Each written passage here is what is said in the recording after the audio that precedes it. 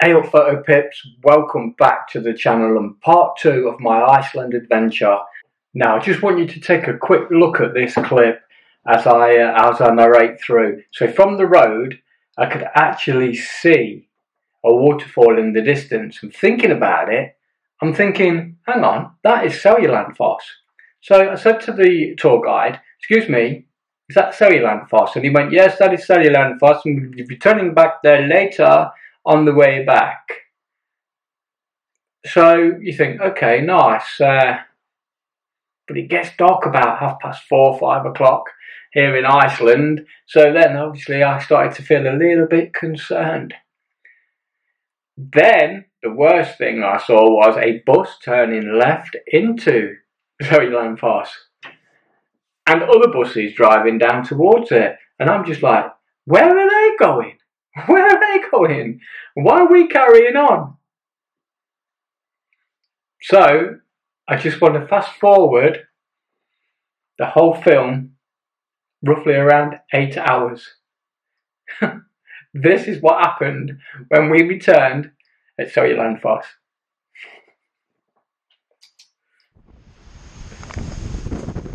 So in this clip, I'm just wondering what the hell I'm doing, and I remember I had to walk up a flight of staircases that was made in the embankment out of chicken mesh, chicken wire and stones, and this was some sort of makeshift staircase which then took you up into another area where you had to find your way back down. Very, very, very slippery, very unsafe. I remember stumbling everywhere. I'm just trying to make out, I think that is, yeah, I'm actually behind the waterfall here. I think that the image does get a little bit stabler later. But look at it, look, it's crazy, it's just crazy. I mean, why even bother? Why bother taking us there? Because it's like, for me, but you know, when I was round there, it was brilliant. I absolutely did love it, and being there almost alone was quite spooky. But I loved it. I mean, look at the waterfall; you can just about make it out. And that, did you hear that noise? Then that sucking noise. That's me actually licking the front of the GoPro Session just to take the water off it. And then the good thing about that is it does work. So, quick tip. If you've got water on your casing of your either GoPro Sessions or your GoPro Hero, just give it a lick, and as long as it's something not too nasty, you're licking off the front. But look at that waterfall, absolutely stunning, absolutely stunning. And yeah, it was amazing to be actually round the back of that damn thing. I absolutely loved it. Again, a quick lick of the camera there just to keep it nice and clean. But yeah, what else can I say? Again, quick lick, just keeping it clean. Now you see these two figures that appeared. Now them figures, they're actually the other side of the waterfall where my wife is. Them lights, you can see the two big round spotlights, they light the front of the waterfall up. But to the right of that there were some very small tiny lights. That's where my wife was standing with her iPhone on, just lighting the way. And she also said that she could see the red record light from the GoPro Session. So she knew, you could see it moving, so she knew I was alright. She knew I hadn't fell in. But yeah, so that was heading back now. Just look there to the right as I head back, you can see it, the waterfall falling. Again, the language is not too clever on this section. Very, very slippy underfoot, and it's just pretty damn crazy. I'd have loved to have gone in the day, but it's no problem, it's for another time. And this was the image actually we got in the end, which made for an okay image, just to say that I've been there. What else could I do? So yeah, the duration of this film is roughly 9 minutes, and that's how long we had from leaving the bus to getting back on the bus. If you said 10 minutes, you'd probably be about there.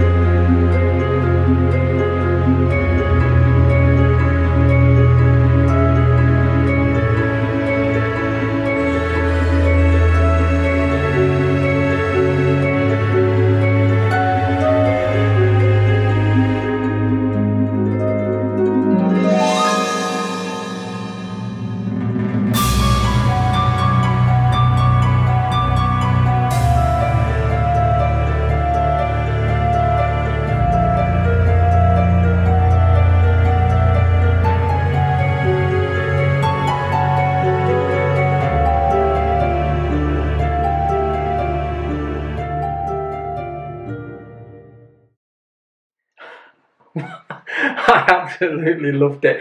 I really, really enjoyed looking back at these videos and sharing them with you guys. It was absolutely fantastic. I know I say that sort of stuff all the time, but I don't know, I just love my adventures. I think they're amazing. So I just want to go over the first part of the video, and that volcano that erupted way back in 2010 that caused all that devastation in Europe, where all the planes could not fly because of the grit that was floating around in the air, the volcanic ash. It was about a week, I think, if I remember right there.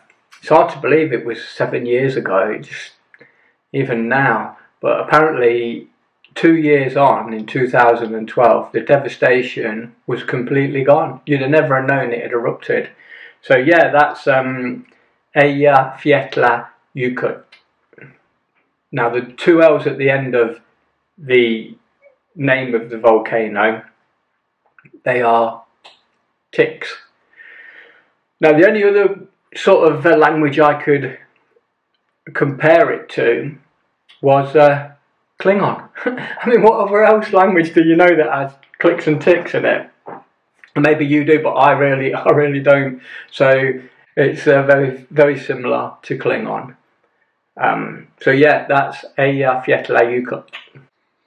When you drive the Road 1 and you look at it from this perspective, you're looking at the south side of the crater, which sits a lot higher than the north side.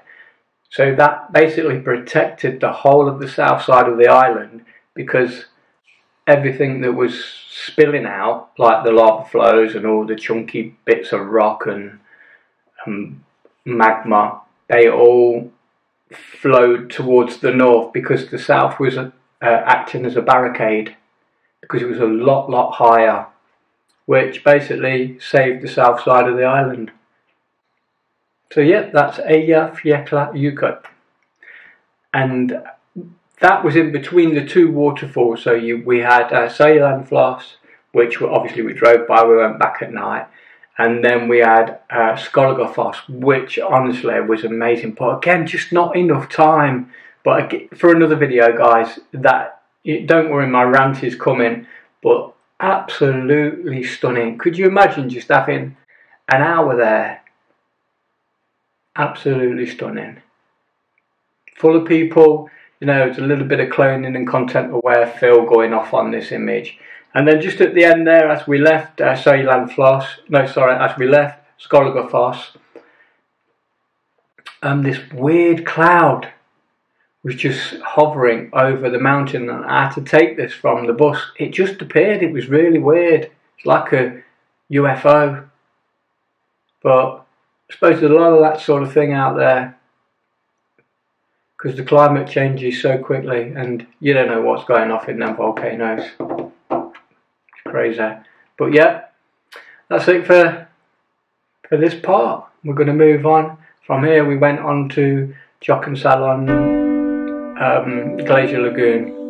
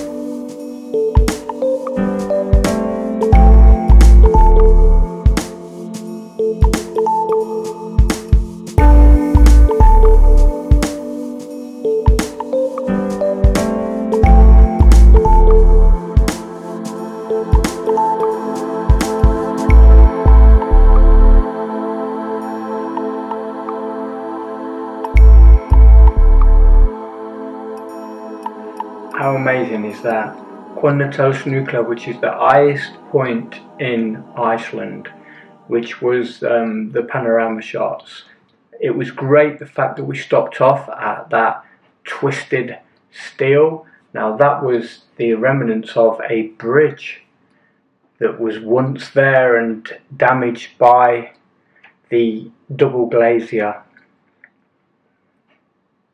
Wow. Even now when I look at that, it is amazing, it's heart-stopping, it really is.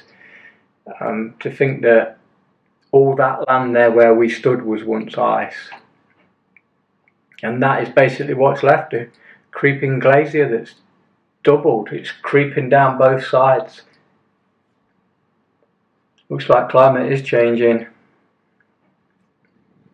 Okay guys, I'm going to leave it there now. We're nearly at 15 minutes and the journey will continue in the third episode of the Iceland tour, where we finish the journey at the Jokulsarlon Lagoon, plus the journey back, where we're keeping a very close eye out for the Northern Lights, hoping just for a glimmer or just something to say we've seen the lights. So don't forget, if you enjoyed the video, give us a thumbs up, it all helps towards the channel. If you didn't like it, give us a thumbs down. Please leave a comment, let me know what you're thinking, let me know your experiences about Iceland, ready for when I return back in, I think we're going around September time. So any advice or any help that you can give me, this time we're having a car, so please, just anything you can help me with, I'll really appreciate it. We're going to do the whole circle, so again, I'd love it if you could just drop me a comment and let us know. If you've not subscribed, you're new to the channel, feel free to subscribe and drop a comment. Also, we have a lot of fun on the Facebook page, posting and chatting about photography. Okay guys, that's it till next time, and don't forget, get out and shoot. You know you want to. Cheers.